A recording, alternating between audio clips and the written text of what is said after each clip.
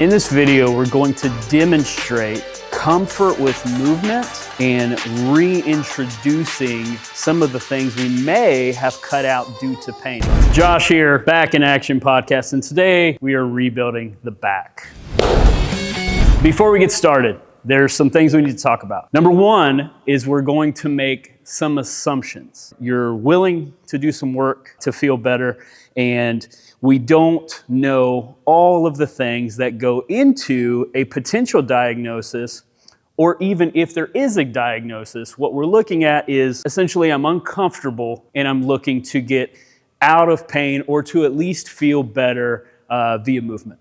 The next thing we need to talk about is there are a lot of generalizations we're going to make. So at any time as we're rebuilding the back, if something feels uncomfortable, if it doesn't feel right, go ahead and peel off of that. But it's also important not to stop. Even if we feel discomfort, there's obviously the too much discomfort. There's obviously a negative position to where we're not making progress anymore. But the generalization is that we're gonna move even despite of discomfort, and we're gonna keep going. We may just adjust or modify the movement to something that feels good for you, that's going to be different than for the next person or for the next person. It's okay to be uncomfortable. There's a lot of times where we misconstrue how a workout or how rebuilding a certain movement will go, and we think that the goal is to not have pain. What we're trying to do is move despite pain to calm down all of the noise that just shouts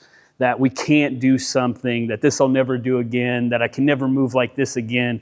All of that is just noise that we want to get rid of. But that being said, some of the things that we do, especially for the first time, are probably going to be uncomfortable. The metric that we're going to use to that, while I'm doing it, does it feel uncomfortable, but I can continue? That's probably a good sign that we can keep going. Or as I'm doing it, does it feel like a red hot poker, and does the pain persist after I've stopped the activity? Then that's probably a good sign to at least cut that immediate activity, but not cut the entire workout. We need to select a performance metric. So something that you want to be able to do, as opposed to something that sounds like, I just don't want to hurt anymore. So instead of chasing pain, let's chase performance. Maybe I love working out. Maybe I really want to be able to back squat again. Maybe I really want to be able to deadlift again. That's great. That could be a metric, but maybe it's something like I want to be able to run. So to be able to run, I recognize that strengthening may be the thing that I need. So my metric isn't necessarily in the gym. It's being able to run 3 miles. It's being able to run a half marathon. That's a great metric. Maybe my metric is getting on the ground and playing with grandkids. That's fine too. Whatever the metric is, let's not chase pain. Let's chase performance. Our aim is frequent bounce of consistent activity, as opposed to long marathons that may leave us affected afterwards. So here's an idea. If you took whatever your current capability is, let's say that if I wanted to run as my performance metric, let's say that today I could run 2 miles right as I started to edge into that pain, and that's when I started to get a little bit of a flare-up. We'll talk about flare-up kits later and what that needs to look like, but think about taking that 2 miles, and instead of going 2 miles and then having to take the next day off or even the next day, what if I just immediately cut that in half? So I could do 2, but instead I do 1. But I do multiple bouts of that 1 mile throughout the week, as opposed to the 2 miles, which may leave me affected for days. How that relates to a workout, if I could handle 45 minutes of strength training, but that made me take a couple days off, maybe I only do 25 minutes, but maybe I do that each and every day. And I do that for at least 2 weeks or so until it becomes easy, and then I can always add to it. In this video, we're going to demonstrate just one way to bring about comfort with movement and reintroducing some of the things we may have cut out due to pain. Again, the goal isn't necessarily to get out of pain or discomfort, it's to do all of the things you really want to do and that you would love to do. And through that, we're gonna look at a couple different components that generally work for most people. Enough of me, let's work out. Joining us today is our athlete, Becky. Becky, welcome to the podcast. Hi. She's going to show us all of the movements that we're going to do today. And we're going to start out with isometrics and with some joint work. And there's a lot of reasons for this. And instead of compromising our time together by walking through all of these, I'm just going to have Becky go through some of them so that we can see what they look like. And then we'll talk about how many of them to perform. The first one is going to be controlled articular rotations. It's a fancy term for joint circles. And Becky is going to essentially start out with the neck. So if you watch, go ahead, show us the neck controlled articular rotation. So what we're looking for is, Beck, go ahead and do one towards the other side. For all of our joint circles, for all of our controlled articular rotations, is we're taking stock at the joint. So what we're looking for are sticky spots. If Becky finds a sticky spot anywhere, first and foremost, maybe that's a measure that I can use later to help improve, that I can show that I'm improving, but also maybe that I didn't hydrate well, that my nutrition was off yesterday, and I may need to take it a little easier today. Show us the next one. So we start with the neck. We're going to move to the T-spine, so the mid-back. And what Becky's trying to do, she's really good at this, is not make compensation all the way down. So if I'm breaking at the knees and I'm doing all of these other things, I just take note of that. Again, we're not trying to fear-monger perfect movement. We're trying to build to better movements. Now, after she gets through one T-spine one way, one T-spine the other way, she's going to go ahead and do a shoulder controlled articular rotation. Now, as she does this, and again, we're going through these pretty quickly, I'm putting my hands on her to just help encourage what this will look like, where we're getting full joint rotation while wearing the shoulders essentially as earmuffs. I'm trying to get as much as I can, but again, taking note, if it's over here, if my shoulder's way away, then maybe weeks later it's over here. And then show us the hip if you would. This will be the last one we're going to get into. And then when Becky goes through her hip controlled articular rotations, again, what we're taking stock of, good, and then come back. Just like that. What we're taking stock of is how much room do I have at each joint. Go ahead and relax. From there, we're going to move to the ground and get in a quad position. So what we're looking for here, if you're thinking of how the joints like to work, we have a lot of rotation at the shoulder, the hip, the T-spine, but when we're looking specifically about the spine, we want to be able to see some flexion and some extension. So this is great flexion, and then go into the opposite. Then we're going to go into extension, then we're going to go back into flexion, keep going on that. What we're looking for, what I may encourage Becky to do, is to think of each joint running down her spine as a little piece of bubble wrap. And she's trying to segment or to pop into those. And what you can look for, and I recommend that you would videotape yourself, can you see each individual piece sort of moving? And then also see where your end range is. So when Becky gets up to here, what does that look like? Now let's say that she starts to go to extension. Keep going. Go the other way. Stop right there. So if she stopped right here and that was the maximum amount, then she may be missing just a little range of motion. And again, we're not trying to fearmonger. She would just go through this movement and then watch as it gets better. So piece number one, controlled articular rotations. Piece number two, we're going to do cat-cow. Now we're going to start to get into some isometrics. Our next movement is going to be what a lot of people call a dead bug. There's nothing magical about these movements. They're movements that make us feel like we can do more movement. This is nice because it's on the ground. There's not a lot of threat. The central nervous system probably doesn't go crazy. So if I am in a lot of pain, that pain is real, and this is one way to calm it down. Isometrics, which is also why we start a lot with isometric work, is a way to decrease pain also. So what Becky's going to do once she's laying down, and again, this is a generalized program, not everything works for everybody, but as a general rule, this is super helpful. What she's going to try to do is engage her midline by bringing her knees towards her face bringing her face towards her knees. If I have a neck problem, keep your head down. Now from here, I'm just going to hold for 20 seconds, and you should feel the midline engaged. You should feel most of the back on the ground, and go ahead and relax. I'm intentionally not giving numbers just yet, or sets or reps. We're just trying to feel out some of these movements. You can pick a target, maybe 10 seconds, 20 seconds. You can pick a rep range for your cars, 1 or 2 on each side. That's totally fine. Now from here, we're going to immediately go to another isometric movement, which is a bilateral, both legs, glute bridge. Becky's going to drive her feet into the ground and reach a hip extension. She should feel the glutes engage, and if not, she should change the location of her feet. Generally speaking, closer to your glutes, it's a little more glute. Generally speaking, further away, it's a little more hamstring.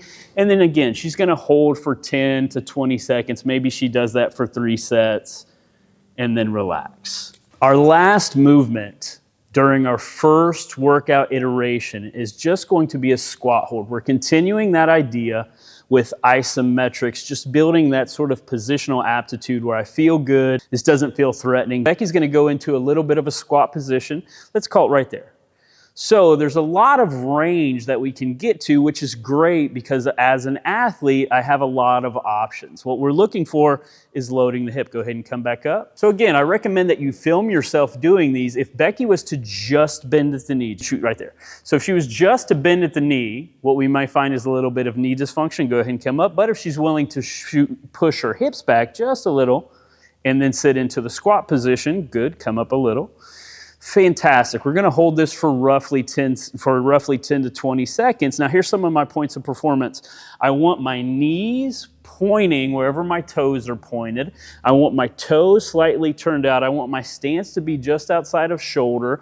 And I want my hips to be somewhere in relationship to my knee, to where maybe if there was a marble on my hip, it falls forward.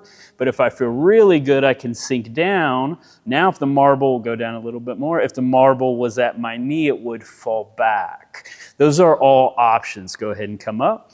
And again, we're looking for something to start into movement that feels really good, not something that feels like I'm going to need to rest for a week afterwards.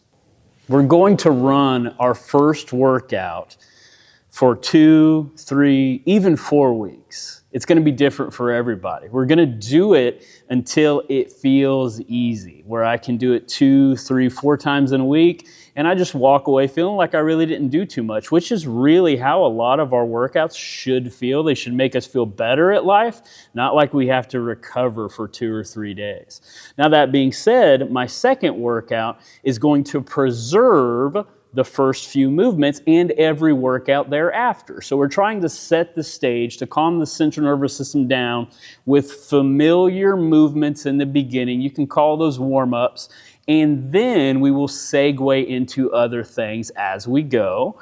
This is going to introduce some concentric movement that is different from our isometric movement. So if I still did my controlled articular rotations, which we recommend that you do every day before every workout, then I'm still going to get into my cat-cows after that, and then my dead bugs after that. Now here's where it changes.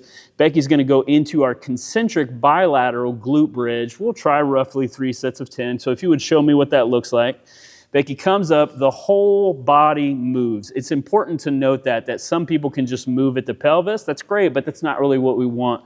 We want to see the whole body moving at one time, and Becky should be able to feel some sort of contraction at the glute, the posterior chain. She's going to do 3 sets of 10 of this, and then we'll move on. When we're thinking of scaling our squats, the first question might be is, how does rebuilding the back have anything to do with squatting?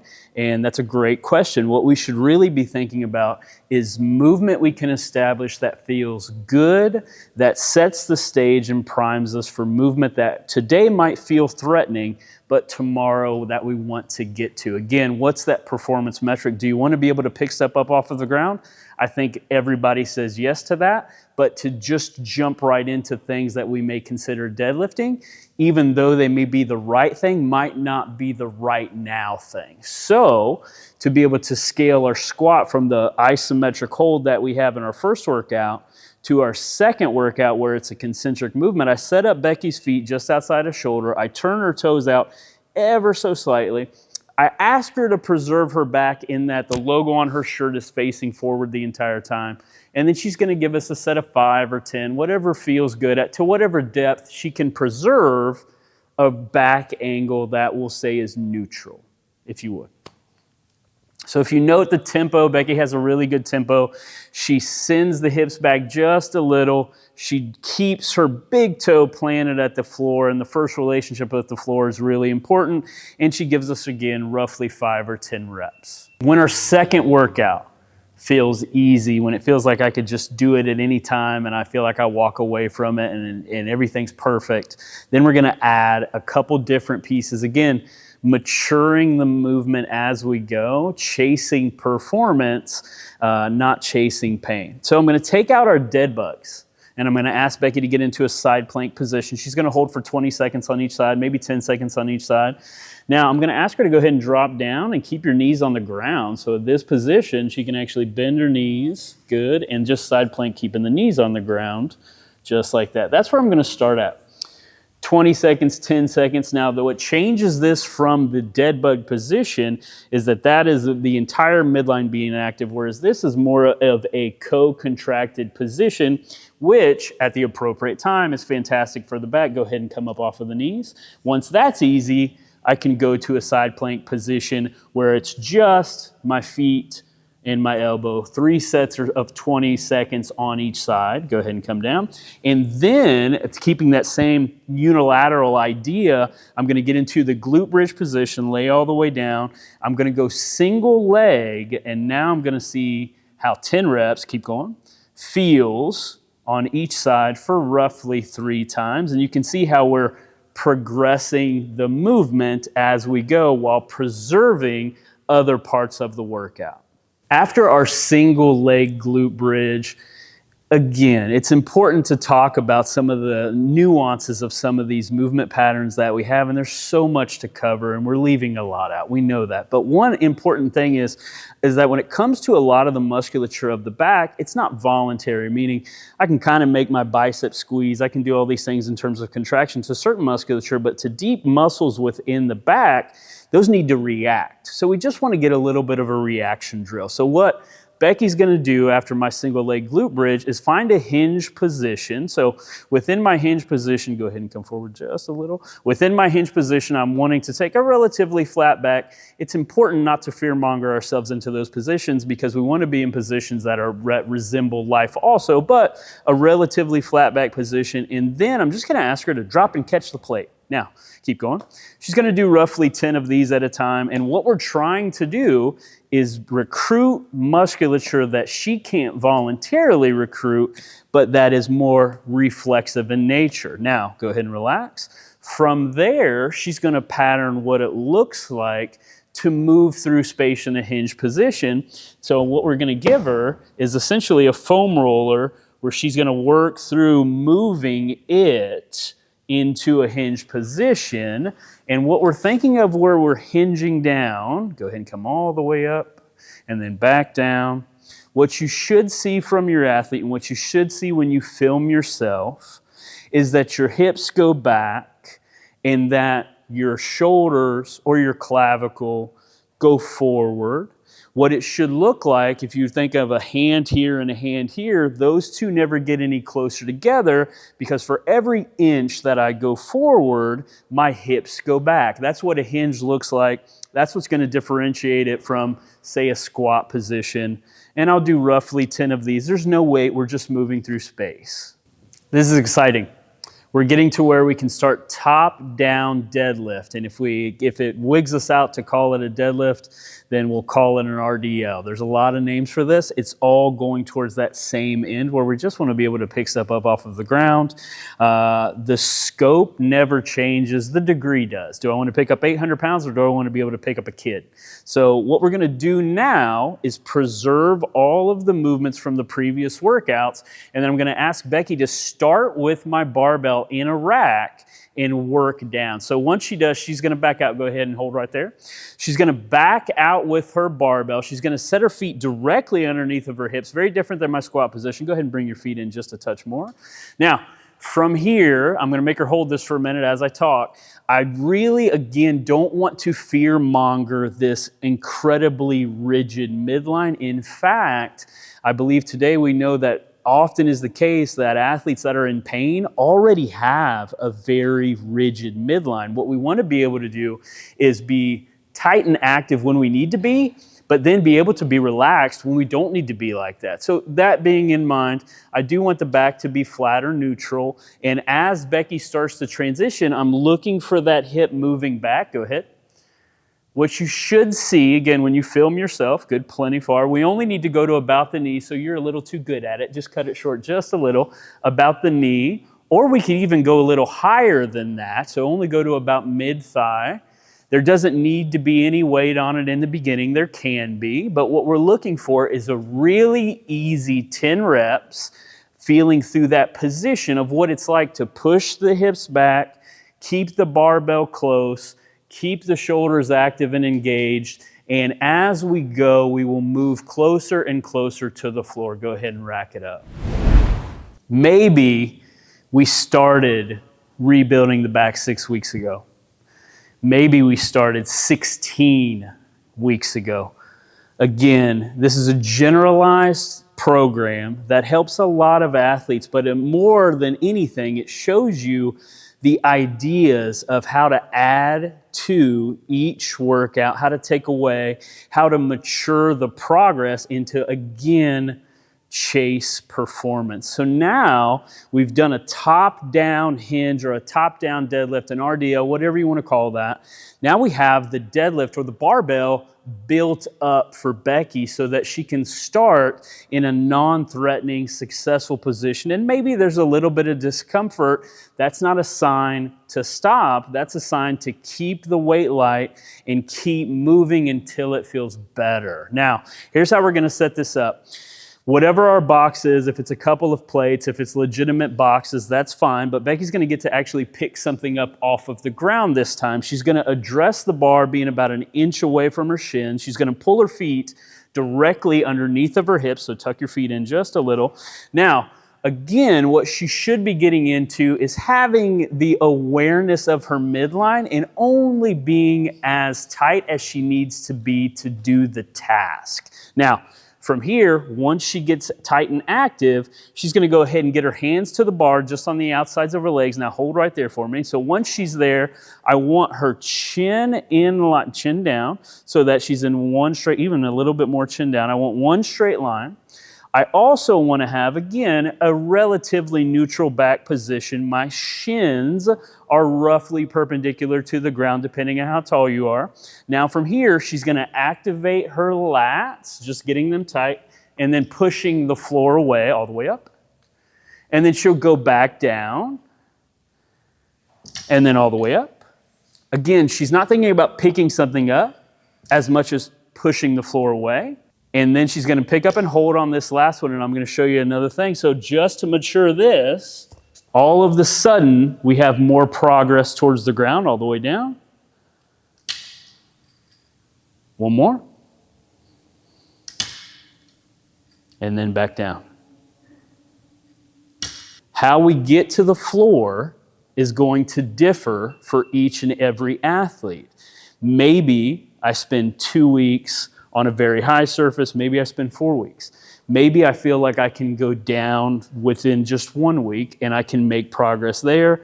After I'm on the floor, I would start adding more weight to the bar in relation to whatever I want to be able to accomplish in my daily life. And that's how we rebuild the back. If you're currently in pain, or if you're somebody who just wants to get back to what you do each and every day, we have plenty of more content that helps rebuild and restructure and redirect. And that can be found at the Back in Action podcast.